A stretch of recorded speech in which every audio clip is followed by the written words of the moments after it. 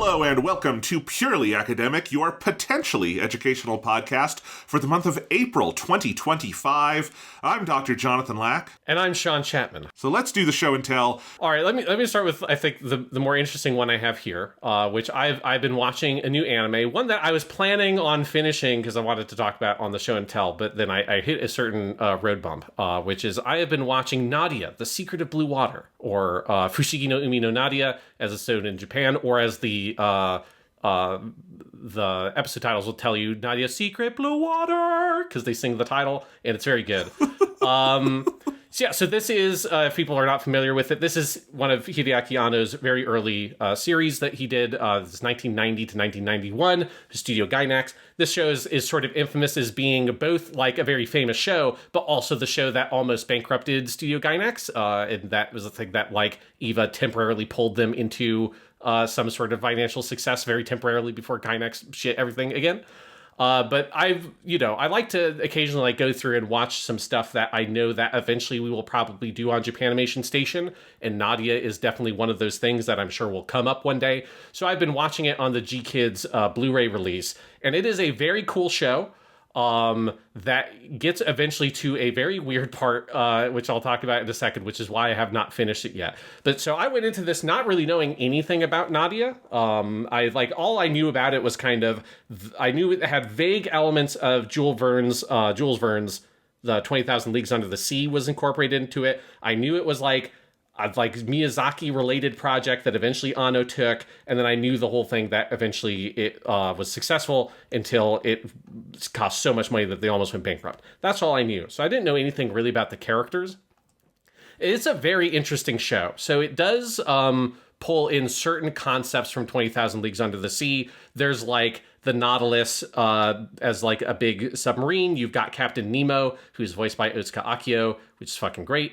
And so you have some of those elements of these kind of like undersea adventures around the globe, but they incorporate much more sci-fi elements where they're all from like, the Nautilus is from Atlantis. There are all these bad guys led by a guy named Lord Gargoyle who are trying to take over the world. And you're following two main characters, Jean and Nadia, who Jean is a kind of boy genius character from France, and Nadia is this mysterious girl who has a mysterious past that she knows nothing about, but she has this jewel called the Blue Water, and that causes all these people to chase after her, including Lord Gargoyle. So John and Nadia get wrapped up into this whole giant battle between Captain Nemo on the Nautilus and Lord Gargoyle as this like sort of the echoes of this war that happened in Atlantis. So it's a very interesting premise, and it is an absolutely gorgeous show. Like the animation is so good. The mechanical design is absolutely gorgeous.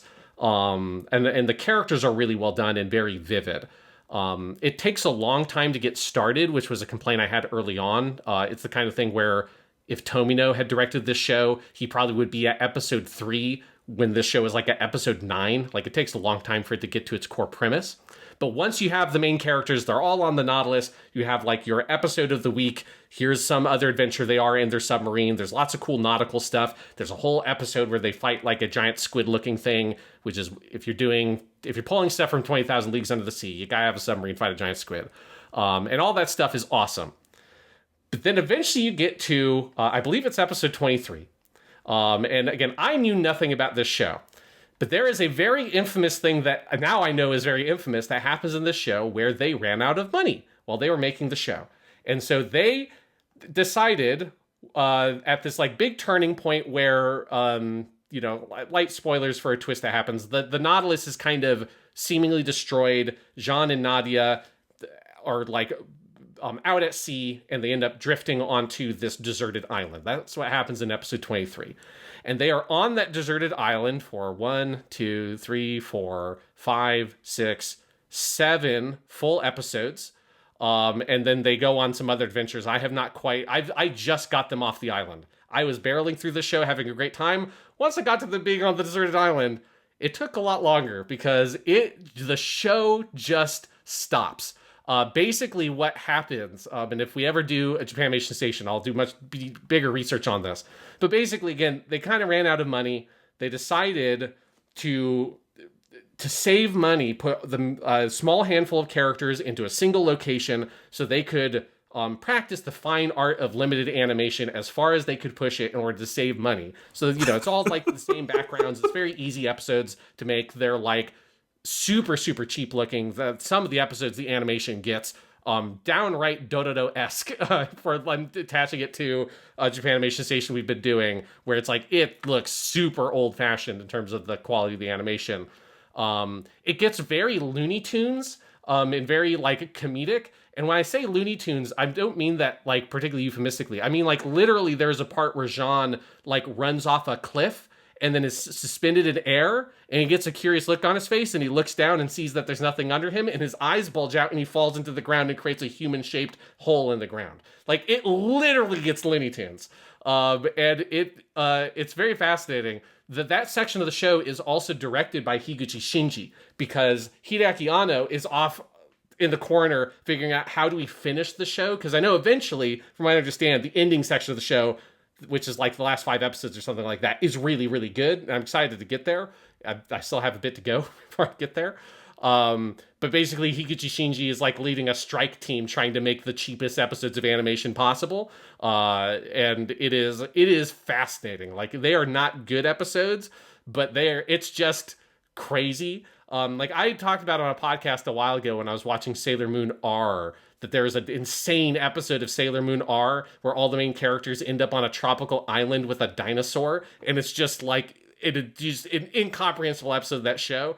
And like every episode of this section of Nadia on the deserted island is like that. Like there's one episode where Jean stumbles into a cave full of mushrooms, and he gets like high off of the smell of the mushrooms, and he just eats all the mushrooms. And it just gets fucking crazy. And they try to insert little nuggets of character development in John and Nadia's relationship. And the thing that's like kind of tragic about it is that the idea of the Nautilus in this like terrible scenario, Jean and Nadia have to abandon the Nautilus in that whole cast of characters, and they end up stranded on an island, is a great idea for a 2-episode arc in this show. Like if you did that and like we forced these characters into an intimate scenario, a lot like there's an episode of Gundam Seed that's like that with Kagami and Astron, where they're stranded on the island or whatever. That's what kind of builds a relationship between them. You could do that and it would be great. But it is not that, and it is wild. So if you've seen Nadia or you know more about Nadia than I did going into it, you probably have heard about this segment, because I got like 2 or 3 episodes in, I'm like, what the fuck is happening? And as soon as I start Googling it, like Google auto fills in 100 different, like, what, Nadia episode, blah, blah, blah, like this island, blah, blah, blah, like all these mushrooms, like all these keywords. I'm like, oh, this is not a unique experience. Everybody watches this show and it's like, what the fuck happened? But yeah, it's still an awesome show. I'm very glad that I'm watching it. I'm excited to get to the end. But I was planning on having it finished by the time we did this podcast, so I could talk about some of the stuff more in depth. And I just can't quite get through the deserted island part. But I have started reading again 20,000 Leagues Under the Sea. That book's really good. So that's also, maybe one day on the podcast I'll talk more about that. But that book is awesome.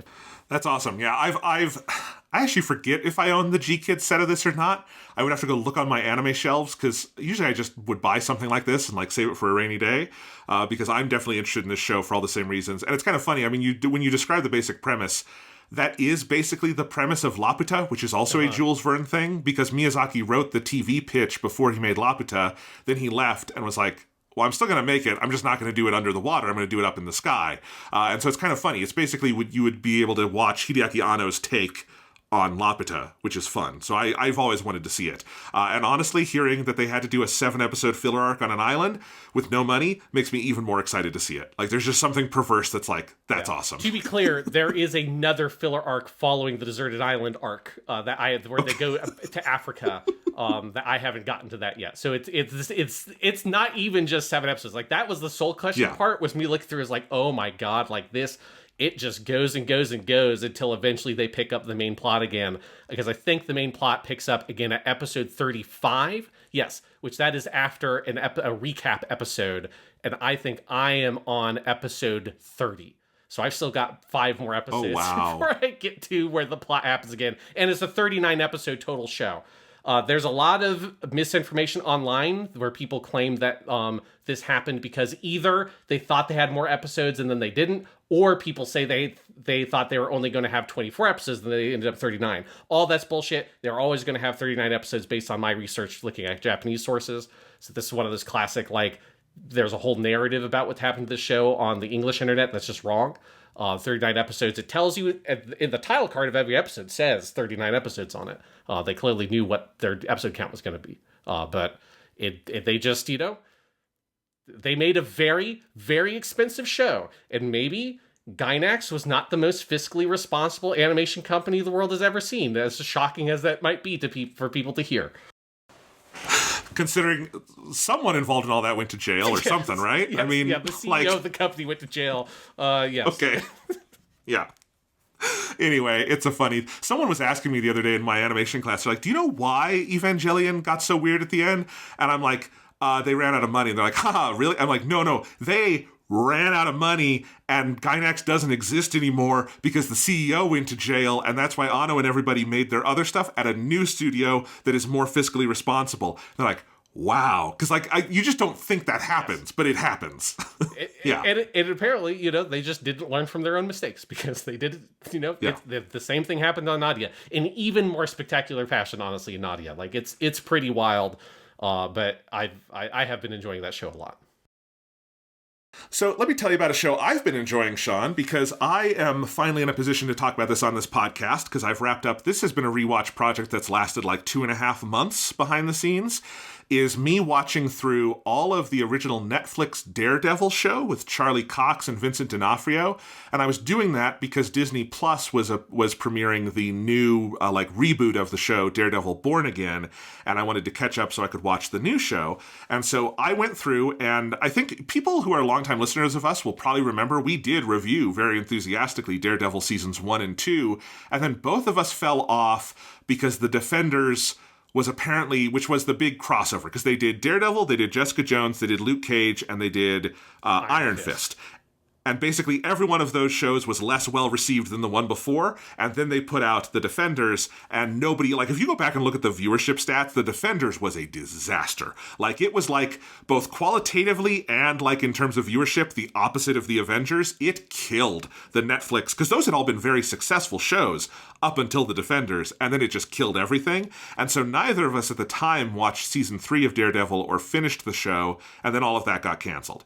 But now all of those shows, they're not on Netflix anymore. They're on Disney Plus, which is actually cool because Disney Plus doesn't charge you extra for 4K or HDR. So those shows look better than they ever did on Netflix. But they're all there. And so I was like, look, Daredevil is probably my favorite superhero, at least in the idea of him. And I always had wanted to finish the Netflix show. I never had, but it had been so long since I'd seen any of it, because season 2 was 2016, and I think the show ended in 2018. So I decided to go back, started with season 1, and I just watched the whole show. I did seasons 1 and 2. I did then do The Defenders, because The Defenders is the wrap-up of basically the Daredevil season 2 plot with Elektra and the Hand.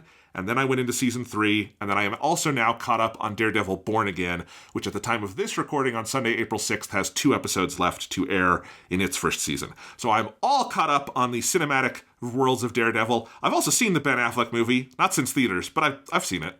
I remember it. That's a weird movie. Anyway, Daredevil is definitely my favorite superhero now, because here's the thing, Sean. Daredevil season 1, it's as good as I remembered. Great show.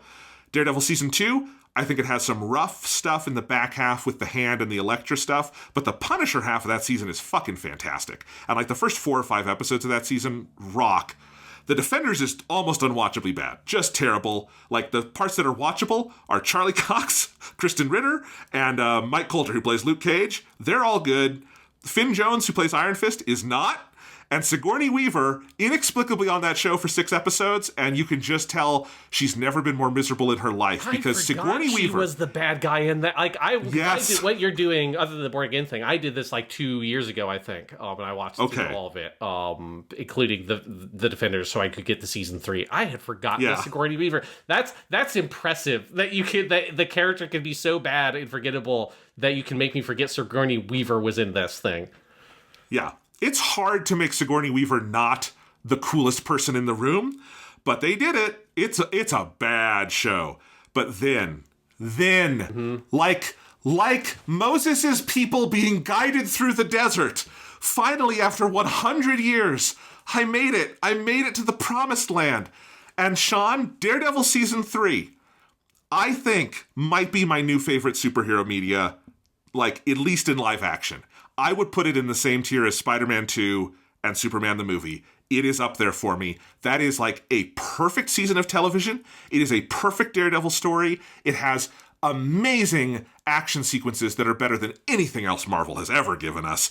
I think its use of every single character, it's unbelievable. And I'm glad you've actually seen it, because I didn't know if you had or not. But that season, which if you haven't seen it, basically... it is a fairly direct, in some ways, adaptation of the Frank Miller story Born Again, because it deals with Kingpin learning Daredevil's identity. It deals with some supervillain taking over Daredevil's costume and pretending to be him and doing evil. In this case, it's Bullseye. Instead of in the comics, it's a character named Nuke, which I think is funny. And then it also deals with basically Matt getting to his lowest point and going back to the Catholic orphanage where he was raised and like refinding his faith. And I just think as a season of TV, it's absolutely phenomenal. It uses every character so well. Like Vincent D'Onofrio's Kingpin, as good as he was in season 1, like what they do with him in season 3, where he is technically still in prison, but he is moving all of the strings, is so good. The Bullseye character, which is the Benjamin Poindexter incarnation of the character, played by Wilson Bethel, is just such a complete fucking coup of a comic book villain. And when they finally do the thing that not enough comic book movies do, where you have an evil person dress up as the hero and ruin their reputation, which is like the best comic book trope that movies I feel like never do. It is so good, and it builds to the most like perfect, cathartic, over-the-top great conclusion. Daredevil Season 3 is like one of my favorite things I've ever seen now. I'm going around, I'm talking to random people, they're like, what have you been watching? I'm like, Daredevil Season 3, you have to watch Daredevil Season 3. I told my fucking mom that she should go watch Daredevil Season 3, and she's like, Jonathan, are you okay? I'm like, no, Daredevil Season 3 rocked my fucking world. Yeah, and it's of all the sins of the Defenders as a show, its greatest one is that it creates this barrier into getting to Season 3. I mean, I think you could watch it. It's just, without seeing the Defenders, you just have to understand that, like, the ending of the Defenders is the thing that puts Matt into the position he is at the beginning of the show of being at rock bottom, quite literally. Yes. And so it's like you know, I would never ask someone to suffer through the Defenders. So it's like someone should like read the Wikipedia summary or something just so you have enough context to understand it. But it is the thing that's the most frustrating about the way that all that stuff worked out, is that they cast this absolute shithead, terrible dude as Iron Fist, who's just the least charismatic actor you have ever seen.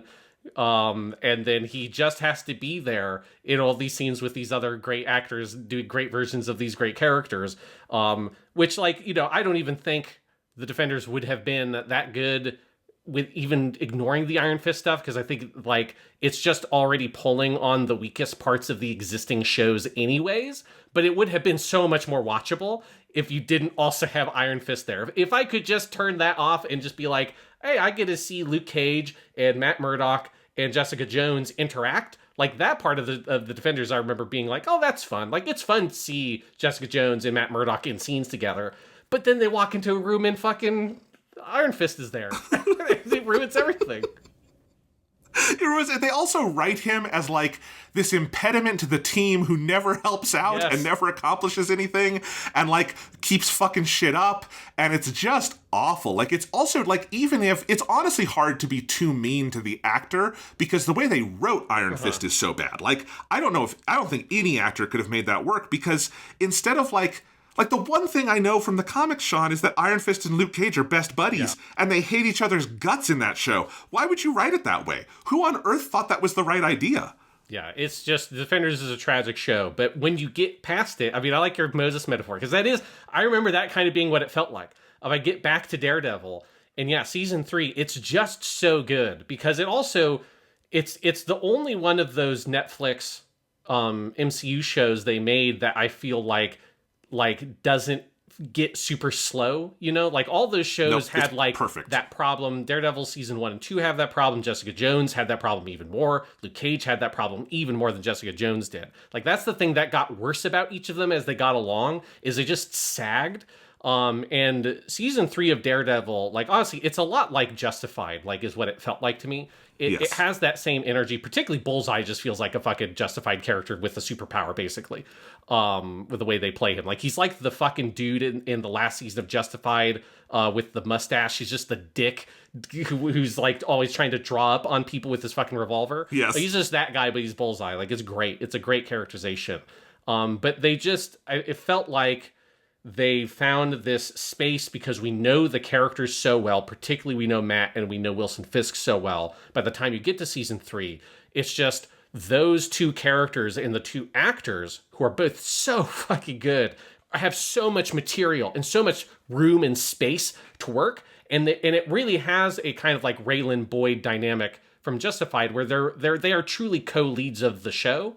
And both halves of the show feel so fully featured, whereas season 1 of Daredevil, which is amazing, it has all the Wilson Fisk stuff, but they're still trying to set him up and have him be a little bit more mysterious and kind of the shadowy figure for the early parts of that season. Whereas in season 3, it's just like all of your cards are laid out on the table. And it's like the kind of thing you can only do once you're at something like a season 3. It's just this very matured feeling show. And yeah, like, I remember having the same reaction you're having, of just being like, God damn, this show's so good. It's a shame that it felt like by the time we got here, that the Daredevil moment had passed, because it is the best season and it's so fucking good. I mean, it's the best thing Marvel has ever put their name on, at least this incarnation. Like, not like Spider-Man 2, but like the MCU Marvel. Yeah. It's so far and away better than any of their movies, any of their TV shows. It's phenomenal. And I just, like, I love how deep and rich it gets. Like, it's like all of Netflix Daredevil got that he is Catholic and that's an important part, and like really engages with it. But season 3 is the season that is all about that. And it is about like taking really seriously the Catholic idea of sin and redemption, and like really blowing out the idea of, does Matt cross the line and kill Wilson Fisk? And that is like the dilemma of the entire season at a certain point, and really trying to like, it's never the straw man version of that argument. It's never and season 1 does this very well in one particular episode as well. But I love how season 3 really makes it the whole season of like, there is a good argument for just killing this guy. There is a good argument for saying this is the easiest way to get him off the board and stop the harm. But like, morality and what is easy are not the same thing, and I think that season gets into that idea in such a powerful, beautiful way by the end. In a way that, like, I honestly, Sean, for like where we are in our moment politically, it felt cathartic to me. It felt like getting in touch with taking yourself out of the moment and being like, well, what are our actual, like, values? Because values have to be something that we're able to hold on to even when the bad guys are trying to destroy them. And the end of that season being Matt having his hands around Kingpin's neck, realizing Kingpin wants him to do this, and then realizing what he actually has to hold on to, and becoming Matt Murdock again. Like, it's one of the most powerful bits of, like, serial narrative catharsis I've ever seen. And that whole season builds to that so beautifully. Like, and it's not just those characters. I think the original character for that season that's not even in the comics is Ray Nadeem, the FBI agent. Mm-hmm. And, like, they do this whole morality play through him that I think is fascinating, that, like, leads to such a good, rousing conclusion for the show and for that story, the way it uses Foggy and Karen, and again, Bullseye. And then that also leads into the fight scenes in season 3. They're good in seasons 1 and 2, don't get me wrong. But the season 3 stuff is, like, such a cut above. It does the most elaborate of their big, long oneers, and it's, like, one of the best versions of that I've ever seen. It's the one where Matt is in the prison, and Kingpin is trying to have him killed, and we're just with him all the way out of that prison, back into the cab. And, you know, that kind of thing can feel very gimmicky and stupid, but, like, it is done so expertly there in a way that truly, like, enhances the tension, in a way that, like, yes, this was the right way to do it. But then that's not even the best part, because once you get Bullseye on the board, and the way they figured out how to show Bullseye's powers, and it involves a lot of, like, close-ups, showing people, like, cowering because they know if this guy gets a fucking pencil, his superpower is that he throws shit hard. He just throws shit real hard. They don't try to overthink it. They don't try to explain it. He just throws shit real hard. And it's super cool, and it's awesome, and it makes for great fight scenes. That season also has Matt in his black homemade suit for the whole season, but it's even better than in season 1 because his cowl, his like mask, is made out of a nun's habit, so it's got this white trim around it, and then he's got the Mai Tai ropes on the whole season. That is my favorite superhero costume I've ever seen. It's super simple. You could make it yourself down at Walmart, but that's how good it is. It just looks so great. And then they realized, look, the red Daredevil suit, we never figured it out here in the Netflix incarnation. It never looked particularly good. Yeah. But you know where it does look kind of good? On Wilson Bethel pretending to be Daredevil, but he's evil. It's like they figured out everything. They took every weakness that they once had, turned it into a strength. That season is just so above and beyond. I kind of can't believe it came out of Marvel. Yeah, it is. Yeah, it's that good. It's making me want to rewatch it. I just watched this like 2 years ago. All of a sudden I'm like, yeah, I could do it again. It's so worth it. And again, I just think Charlie Cox as Daredevil and Vincent D'Onofrio as Wilson Fisk. I don't think there has been another superhero and villain in the like MCU era, like 2008 to now, where I think it's been like that A+, absolutely perfect. There's some that come close, like Chadwick Boseman as Black Panther or Robert Pattinson's Batman, but I just it's so like there's a reason why like Kevin Feige ultimately brought these guys back, even though none of that other stuff is coming back, and it's because they're the best thing his company has done. Yeah, I mean, it's just you can't imagine someone else playing Daredevil other than Charlie Cox, like other than obviously like some extreme circumstance that makes it inevitable, like he gets too old or something. Like it just feels like, well, that spot is filled. Like you can't recast that character while he's doing it.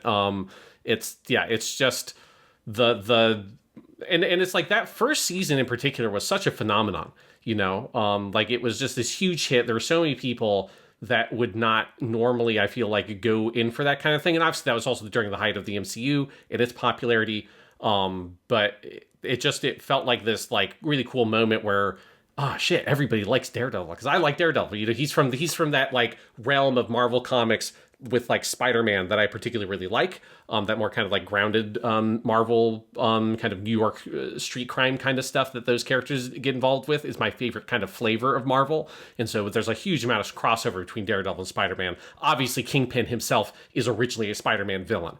So it's like they all exist in the same kind of realm for me. So I just remember being very happy that Daredevil got something so good and everybody liked Daredevil. Everybody liked Kingpin. And it's such a good show, and it's fun to have like it be able to sort of expose to the world how good so many of these stories are, because Daredevil is just one of the most interesting superhero characters just conceptually, with his powers, but also like the dynamic of his Catholicism and how that like him being a lawyer, like there's just so much on this character. There's so much juice and so much meat on the way they've set up that character. He's just like such an evergreen Marvel hero. But he's one that the movie did not do well, and the MCU never tried to do a movie. But it's kind of merciful that MCU never tried to do a movie because, as we've talked about on the podcast so many times before, serialized media is what superheroes are designed for. And like that's what's so good about the show is it understands those elements. Like that thing you're talking about with the classic comic book trope. So classic, it literally goes back to the B plot of The Amazing Spider-Man #1, which is where the bad guy dresses up as the superhero in a costume and does evil shit. It's such a great superhero trope because it puts so many cool stressors that allow really good serialized storytelling, because it's all hinged on like the way that secret identities work and that whole dynamic, which is a thing that the movies are not as well equipped to deal with because it's a longer story form kind of idea that you can do in a movie, but it doesn't have the same level of impact of being able to play that story and see the character dynamics play out over a longer period of time. Yes, absolutely. So, and the other thing about season 3 is it's a great ending. It's just, it ends in a way that like feels like, obviously you could tell more stories, but like the story of Fisk and his relationship with Matt Murdock and Matt Murdock's relationship with Karen and Foggy has all come to a culmination that is just a nice, you can end it there. Now they have revived it. So you have Daredevil Born Again on Disney Plus. Have you watched any of this yet, Sean? No, I'm waiting for it to be done. Because when I rewatched it with my parents because they really liked the Daredevil show. So I'll over the summer I'll watch it with my parents at some point. Yeah. Well, I'm interested to hear what you think. It's an interesting show because obviously there was a ton of behind the scenes drama. They started shooting the show with one set of showrunners. And when the writers' strike and actors' strike, the whole dual strike happened a couple of years ago, they shut down production. And at that point, Charlie Cox, Vincent D'Onofrio, and I actually recently learned John Bernthal, who plays the Punisher, all had pretty big complaints with the direction of the show and brought that to Kevin Feige, and they decided to keep it shut down. They got a new showrunner in named Dario Scarpidane, who wrote on The Punisher, that Netflix show. So he'd been in this universe before. And he came in with 2 new directors, and they took the 6 episodes that had already been filmed. They shot 3 entirely new episodes, one that came at the beginning, so basically a new pilot, and then 2 episodes to finish the season. And then they're going to make a second, they're actually already shooting the second season, so that'll come out next year. So it's this kind of weird Frankenstein monster of a show where it's hard to talk about because the first 15 minutes of Born Again are so bad I shut it off and didn't watch it for another few days. And I think it's bad narratively. I don't like what it does in the narrative, but moreover, it's how it's done. Like, it basically is a big sequence trying to ape the one-shot thing that Netflix Daredevil liked to do, but Netflix Daredevil did it well. Netflix Daredevil did it at narrative moments that, like, made sense and that, like, lent itself to that kind of storytelling. I don't think it works. It's such a spectacularly bad piece of filmmaking. It kind of broke my brain that it got out the door. But I think that a lot about Marvel these days. So, who knows? Once you get past those first 15 minutes and it gets into the actual status quo of this show, and what this show is doing is that obviously it's years after season 3. Matt Murdock has stopped being Daredevil, and he is just a lawyer now. And Wilson Fisk has somehow gotten out of prison. But this is the part that, like, continuity-wise makes no sense, but you just have to kind of roll with it in a very comic book-esque way, and that's fine. Wilson Fisk is now running for mayor of New York. And so at the end of the first episode, Wilson Fisk wins. He and Matt have kind of a sit-down talking about, like, Matt being like, don't be evil. And Wilson Fisk is like, don't be a vigilante. And they're like, okay. And then the structure of the show from that point on, I kind of like. I don't think at any point it's as good as, like, season 3 Daredevil. At some points, it's better than, like, season 2 Daredevil. But, like, it works. It's basically the structure is, it's a little more episodic. And it is sort of, each episode is, you're kind of following the characters in full parallel as they are both trying to move forward with their new status quos and not fall into the patterns they used to have. So Matt is trying to solve problems without being Daredevil. Wilson Fisk is trying to be mayor without being Kingpin. And over the course of the season, obviously they both move in their separate directions because eventually Matt puts the suit on again and all of that kind of stuff. And I think that's a decent structure. I think, like, I don't know if there's any individual episode I've thought is great so far, but Charlie Cox and Vincent D'Onofrio are as good as they've ever been. And I think the one thing that works really well on the show is it gives them very different flavors to play.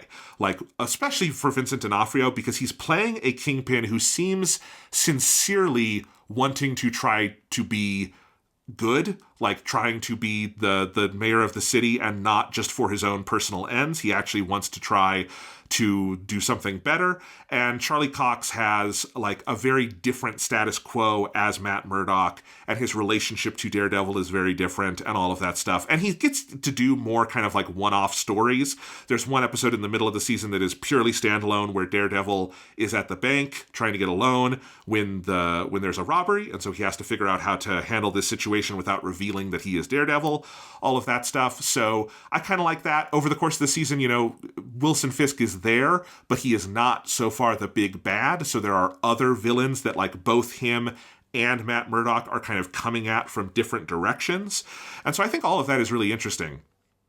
Also, all of that is the stuff that was done by the first set of showrunners who were fired. And so until we see the last 2 episodes, which are the 2 that have not aired yet, I don't know if these new showrunners, if their direction will work in an interesting way. So far, I like Born Again. It definitely is better than most Marvel stuff just by dint of having Charlie Cox and Vincent D'Onofrio and not completely shitting the bed. But we shall see how it goes from here. My big worry is that they're going to try to do some kind of status quo shakeup that allows them to, put Daredevil in an Avengers movie or something, because right now he's not the kind of character who would show up there. And so far they have not done any of the MCU stupid shit that would ruin Daredevil, like, have his secret identity revealed or something like that. So far it's working. I just always am a little wary with Marvel these days. We shall see. So far, I think it's good other than those first 15 minutes, and I'm glad to see these actors getting to keep working with the characters because they're great, but this is one where I need to see the rest of the season before I give it a thumbs up or a thumbs down. Interesting. Yeah, I'm excited to check it out. I mean, I just want to see more of those characters, right? Even if the show that they're in is not always amazing, which is, definitely true of the back half of season 2. It's still, like those performances and those characters are so good that as long as that element is well done, I think that is enough to make me really want to watch it. Yeah.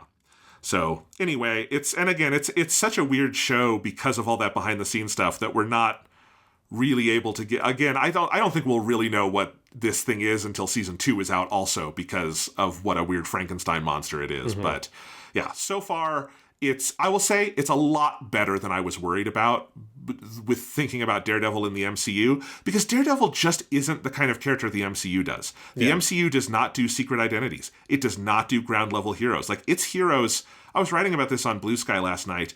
The MCU is much more like the Greek pantheon. It is like a bunch of gods. We never see the normal people. They all live up on Mount Olympus or in Stark Tower or whatever. And, like, they deal with their shit, and we are the little guys in the corner watching the gods. But, like, they don't, like, there are no secret identities. There is no duality, none of that stuff. And sometimes that can be fun. Sometimes I think it can get very one note. And Daredevil is the opposite of all of that. He is street level. I can't imagine if they ever did, like, Matt Murdock comes out and says he's Daredevil, like, what the hell stories would you tell with that character? It's just not a character you can do any of that with. You have to have the scenes where he's walking around New York acting like a normal blind person and using everybody's prejudices against them as he does detective work. Like, that's cool. So, like, he's so the opposite of other MCU heroes. So far, at least, I've enjoyed that. The other thing I will say for Born Again is I've gotten to the point where he's back in the suit. And that is one thing the MCU always does well, is the costumes, and it is a good Daredevil costume. And I think for the Netflix show, there's a reason why seasons 1 and 3 use the black Frank Miller costume, because I don't think they ever cracked how to do the red Daredevil costume. It just does not. It kind of looks like Chris Nolan's take on Batman to me, where it's just too militarized. The one in the MCU, it's got some similarities, but it is all red. It is boldly red. It is not trying to be like a dark maroon. It is red, and it has a really cool texture on it that, like, gives the cowl a really good shape.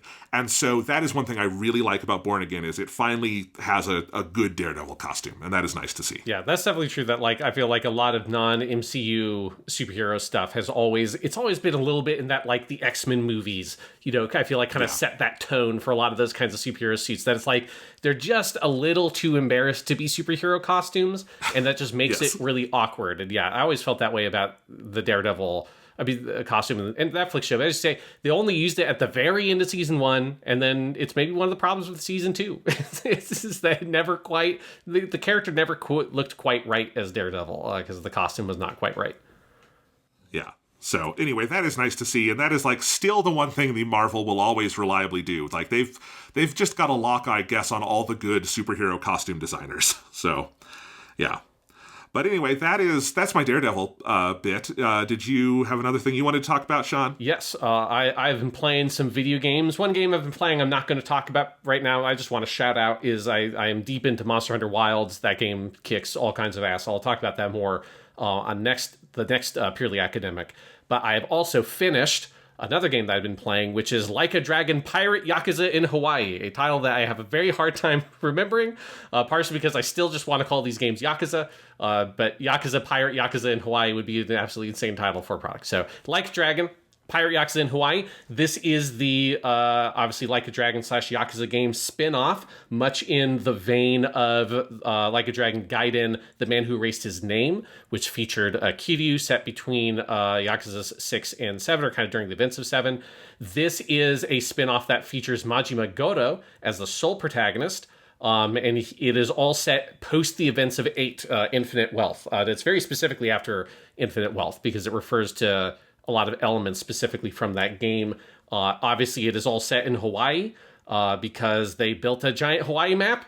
And by God, they're going to use that fucking giant Hawaii map. This is not the first or the last time they're going to bring another of these characters to Hawaii. Who knows if they'll make another judgment. But if they do, I can guarantee you that at one point Yagami will end up having his case taken to Hawaii.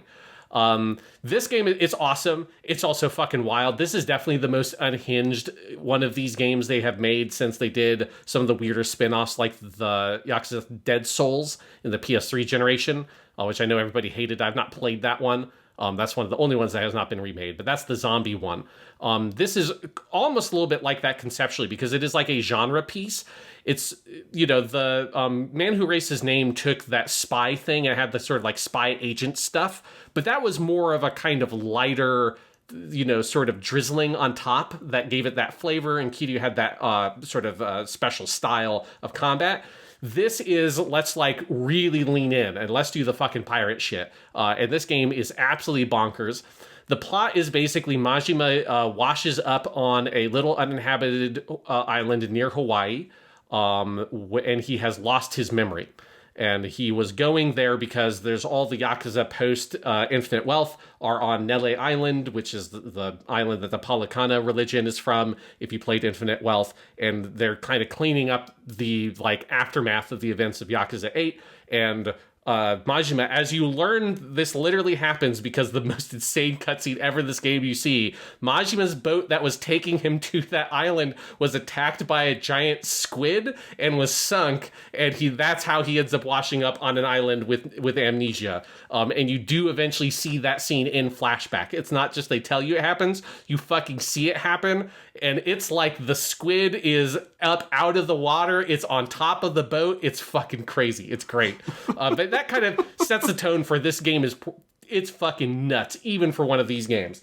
Shortly on the island, Majima meets a young boy named Noah, who is voiced by, what is her name? First Summer Uika, who is the girl who played Akame, the main kind of guest character in the previous Gaiden game. Now she's back, but now she's playing a little boy, so you can't tell it's her. I just like that they decided, fuck it. I guess we just will put her as this main guest character in all these spin-off games. Who knows? So Noah is this little boy who has grown his whole life on this island because his dad is this washed-up sort of treasure hunter, and Noah wants to go out and see the world, and his sort of boyish spirit inspires this amnesiac Majima to kind of help him and take him out to see the world. And taking him out to see the world also involves getting wrapped up in the events of Madlantis, which is a pirate haven that exists somewhere around Hawaii, where all these guys have pirate tournaments where they have old-fashioned pirate boats with like cannons and shit, and they fight in big tournaments, and it's like a weird pirate underworld. Again, this is all set in the modern day, so it's like people wearing like regular modern day clothes, but they're on like giant pirate ships, and it's just fucking bonkers. But basically, it ends up a whole through series of convoluted events. Majima ends up the captain of a pirate ship, and he takes Noah with him, gets off of the island, and gets involved in an entire treasure hunt that involves the events of the ending of Yakuza 8 and this sort of treasure hidden on Palakana Island. Nele Island, which is where the Palakana people are from. So it is a really nutso plot. It does not have a lot of sort of direct connection really to the main events of the main series, not in the way that Man Who Erased His Name is really intimately tied into the events of Yakuza 7, and you see events from Yakuza 7 from alternate perspectives. This has some of the broad elements from near the ending of Yakuza 8 there as a little bit of kind of set dressing, but it's really its own unique story. And it is just this story about Majima in a kind of interesting way going about sort of what the early Kiryu adventures were like, but in a very different methods, because Kiryu's early stories were all about him kind of trying to help Haruka, his sort of adoptive daughter, kind of come up into the world, and him kind of learning a lot of things through this sort of parental relationship. And this puts Majima in a very similar kind of position where he's got this young kid who really looks up to him, and Majima feels like there's something he can offer this kid about in like sort of passing on this philosophy Majima has about living this uninhibited life of freedom. And that like ties in so nicely with the pirate aesthetic and all the weird pirate stuff. It honestly kind of reminds me of Assassin's Creed 4. Partially because there's a bunch of like pirate mechanics with like you pilot the boat and all that stuff, and that has a sort of Assassin's Creed 4 Black Flag kind of feel. But also Black Flag was a game that captured that idea that the thing that attracted people to the pirate life was to leave behind the sort of like oppressive class system and everything that Europe imposed upon them, and to embrace a life of true freedom and like democracy. Pirates, like historical pirates, like ran their ships with a democratic system where people had a vote, people had like everyone distributed the wealth freely amongst the participants. And this captures a lot of that sort of like the spirit of what it is to be a pirate, and that ties in so closely with Majima's story, which if you've played Yakuza 0, you know that his part of that story is about him learning to embrace this philosophy of freedom and living a life without inhibitions and living the life that he wants to live. And so seeing him as this much older version of himself, trying to pass that on to this younger character is very fun. And the ending of the story like has a lot of really strong impact because of that. While also being totally unhinged. Like there's a framing device where you have Majima in his crazy pirate getup, talking directly into camera as though he's on like a reality TV show. Which is a very great frame device. There is an entire musical sequence where all the people on the boat sing a big musical song, which is very wacky. So it just gets up into some totally wacky bullshit. There's some crazy sub-stories, all that kind of stuff. And it definitely feels like they took the opportunity to have Majima be the main character to allow them to dial up the insanity just a couple of extra notches in an already pretty insane series. And I think that really worked for me. I don't think it's like one of the best of these games. Like, I don't think it's as good as The Man Who Erased His Name. I don't think it's as good as like the mainline Yakuza games. But if you like these games and you like this character in particular, it is definitely very fun and well worth a playthrough. And then the mechanics are also really great. It ports over a lot of the stuff that The Man Who Erased His Name did. I think you can clearly tell this is basically the same team that did that spin-off game. It's got the like some of the same customization options, like you can change your character's dress, like you can unlock different looks for him and stuff like that, which they did for Kiryu and The Man Who Erased His Name as well. A lot of it is based around like a big Coliseum type event, and the same way that Man Who Erased His Name was, this one just also has pirate stuff to kind of change it up. And then you have, similar to that game, you've got two combat styles. One that is kind of Majima's more traditional combat you've had when that character's been playable in Zero and Kiwami 2. But then he has his pirate one where he's got two cutlasses and he gets all these gadgets in the way that Kiryu had gadgets, but it's like now they're cutlasses and fucking flintlock pistols and a giant fucking like pirate hook that he can throw. And shit like that. And so it is very fun to get the just crazy pirate stuff you do, which is very nuts, that whole combat system. Like you can throw your cutlasses as like boomerangs and then charge up a shot with your flintlock pistol while that's out, and then fucking grappling hook to a dude and stab them in the face. It's pretty crazy. But then on top of that, you have all the boat mechanics.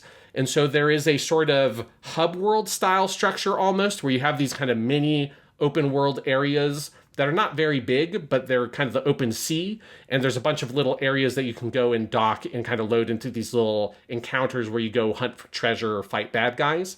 But that stuff is very fun. And it is, you know, it's nice to play a game that has like a full sailing system with like broadside volleys with cannons and that kind of stuff that you had in a game like Black Flag. This is more arcadey than that game was. But that I think kind of works to its benefit. It's not as big, the boat part, but it really helps add a lot of variety and a lot of extra flavor and a lot of uniqueness to this game. And it's one of the most involved kind of major side mechanics they've ever designed for a game like this. And it definitely is really fun to just kind of sail around, get into these like big boat encounters, and then go hunt for treasure. And so that part of the game is very different than any Yakuza game they've ever done. And I really enjoyed that a lot. So yeah, the Pirate Yakuza in Hawaii, I think, is a very fun game. I would only really recommend it if you're someone who's played some of these games and you know you like them. Like, this would be a weird one to be your first one. But if you're interested in the series, especially if you want to play as Majima, like, they just nail that character so well.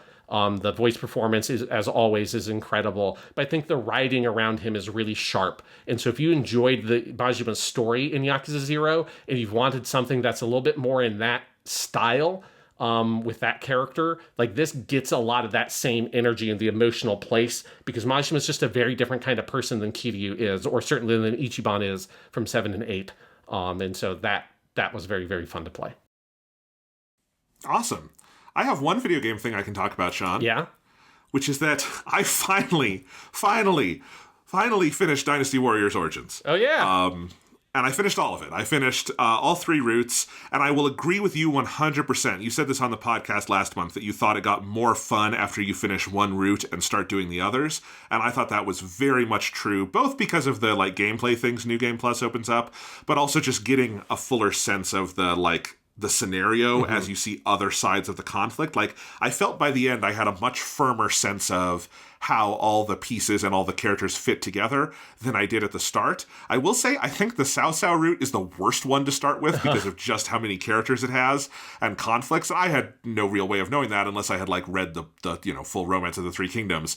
But just if you are thinking of playing this game, I would probably save that one for last.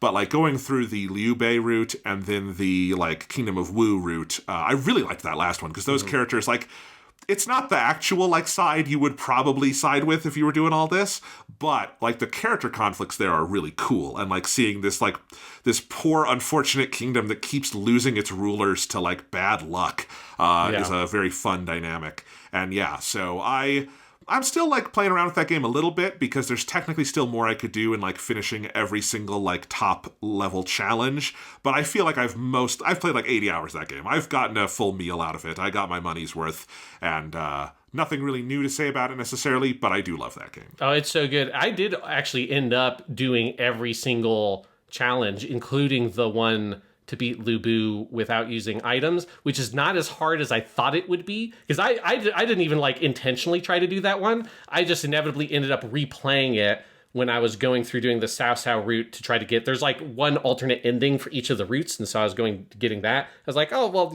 I'll just play through the Lu Bu mission again. But the thing I had forgotten is that you do unlock at a certain point when you level up an ability that just regenerates your health up to a certain point. And so Lu Bu, if you're basically max level, he cannot one-shot you even on the hardest difficulty. So as long as you don't take too many blows in a row, you can actually beat that mission without needing to heal. You just have to be cautious. So I ended up doing it on my second try. Now again, it's clearly designed to be the last thing you do in that game if you want to do it, because I would only ever do it if you're basically max level with the really good weapons unlocked. But it's not, if there are people listening to this who are doing Dynasty Warriors Origins and you're I could never do it, it's not as hard as you'd think as long as you're at the end of that game. Interesting. Well, maybe I will keep messing around with it, although I've got a lot of other stuff to play right now. But yes, still, very good game, and I'm glad I stuck with it and did the other 2 routes, because I did have a lot of fun with those. Yes, it is a great game. I still think about Dynasty Warriors Origins. I played the ever-living shit out of that game, and every once I'm I wish there's just more stuff to do. They put out some DLC or something. I just want some new missions to run around and just hit people with my big stick.